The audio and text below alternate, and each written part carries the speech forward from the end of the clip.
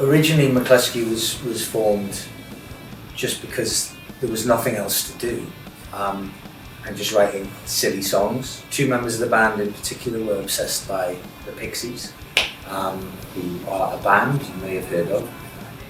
And at first, it just really sounded like some kind of Pixies covers band, but after a while of just being bloody minded and playing, the music ended up taking on the personalities of the people involved in the band, including the silliness and even more silliness, which I think is sometimes misconstrued as anger. Certainly the music is angry, but I don't feel like I'm going through any kind of catharsis on stage. So that was the original band. It was a three-piece originally. Two guys in called Matt and Geraint Bevan, he was an actor. He played a drug dealer in a Welsh language soap opera called Publicum. So I met a guy called John Chappell. He had a little rat's tail haircut. When I met him, he said he was in 3 writing units. I didn't knew what that meant, but it just meant that he was young and enthusiastic, basically. And that was a band for a while, and then the drummer, Matt Harding, left because everybody asked him to leave. is the best way to put it. That was sad for a while, but then we met this young man, Jack, and he's been hanging around for a while. Hanging around for a while now. It's what, 21 years, I think. So we did another band in the interim, Future the Left, because it felt when John was leaving, doubtless to join another writing unit, we started another band called Future the Left, which is still theoretically going, childcare duties notwithstanding. And then we were asked to do some charity shows in 2014 to help a venue. I did a show for cancer research, and I remember Jack turned around to me one day and said, "Can we do a fundraiser for ourselves?" And that did, as addictive as it can be, doing nice things for people and raising money when you're not the main beneficiary. That was an excellent business decision because we now all own yachts.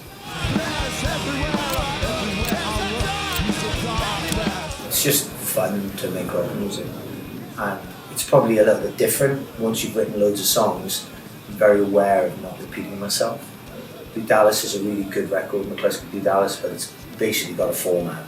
Whether that was done unconsciously or whatever, it's bass line, I say some stupid shit, there's a guitar line, and then maybe in the second verse you sing some different words if you remember to. And it's just messing on, really. You've been a bit harsh on yourself there, honest. But honest and harsh, all the H's.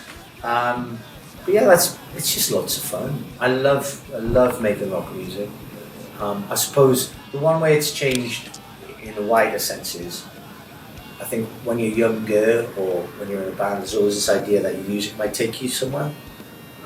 Literally in some senses, but you might get more opportunities.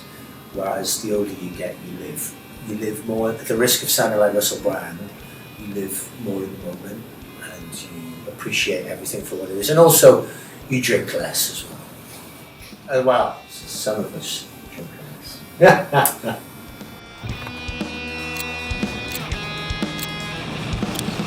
Get a good system in place. Systems, yeah. Remember where your passport is and your wallet and your phone. That's my Systems are very important. System-based rhythm section. What's your? Come on, do you want to share some of your systems?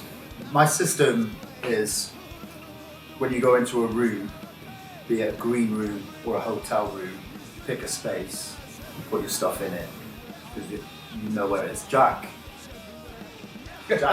is what Jack having what we call a system conflict. What Jack has done here is put forth the concept of a system. He neglected to mention that before I arrived in this band, he was a systemless man. And I would go into a hotel room with Jack, and it would be like someone had just ejaculated clothes everywhere. And often that would lead to us being late, Jack not knowing where things were. So I educate him in the way of the systems. And I feel I'm being bullied here. You stole my system. I remember it differently. You would, you gaslighter. But yeah, no, I have a system. It's really important. When we were in New Zealand, flying back, I got to the airport and realised I didn't have my passport on me. So we had to have a look around, look through all of our bags. And it transpired that I had put my passport in the middle seat of the van, next to which Jack was sat, and Jack decided to put all of his junk on top of it, so, which is why I didn't have my passport anymore. Again, he's remembering it differently. Jack's, I can see the but face of him. having a system is very important, and just trying where possible to eat food that isn't just beige. Food with colour is usually good food. Yeah. I would highly recommend that. If you're lucky enough to go on tour, try and live your life as close to how you live your life at home. I mean, that's obviously impossible if you're sitting in a van for 6 hours, but you know, try and exercise, try and, you know, crank call your grind if that's what you do. But yeah, eat healthily, and if you are friends in the first place, as fun as touring is, make sure to have space for people. It's very important. I think you've got to not be afraid of the silence in the van. Like, you know, it'll plateau at a point. You know, you'll have conversations, we'll discuss who did or did not create the system first. But when that dies down, no, look, it's not a thing.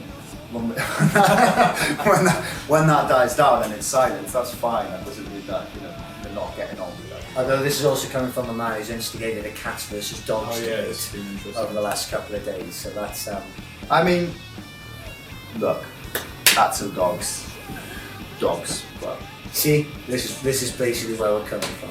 It's, can't trust a cat. That's my advice. Never trust a don't cat. give it your PIN number. No, never trust a cat.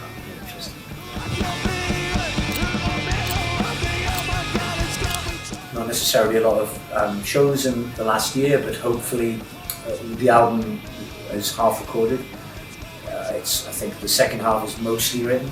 If we get the chance to record it later this year, then releasing it early next year. Got a little bit of label interest from labels we want to release on. Then release the album and see what the hell happens. Really. Just finding time for the three of us to be in the room at the same time. It's often difficult. We live an hour apart now. And you work during the day and in the evening, so you find a few windows, but just need a regularity because it happens with all three of us in the room, doesn't it? Yeah, once we're in a room it's easy, but we're very lucky if we get to rehearse more than 4 hours a month. So the process has been slower than we would have liked, but it simply is what it is and you have to accept that. And when we get the chance to tour like we're touring at the minute, just feel, you know, apart from missing our kids, and wives, I should say. Apart from that, it's lovely. It's a genuine privilege to come away from home, especially to the smaller places, and to realise that you've made somebody's month or year in some cases because they weren't expecting to see it. So it's really lovely, and there endeth the sincerity.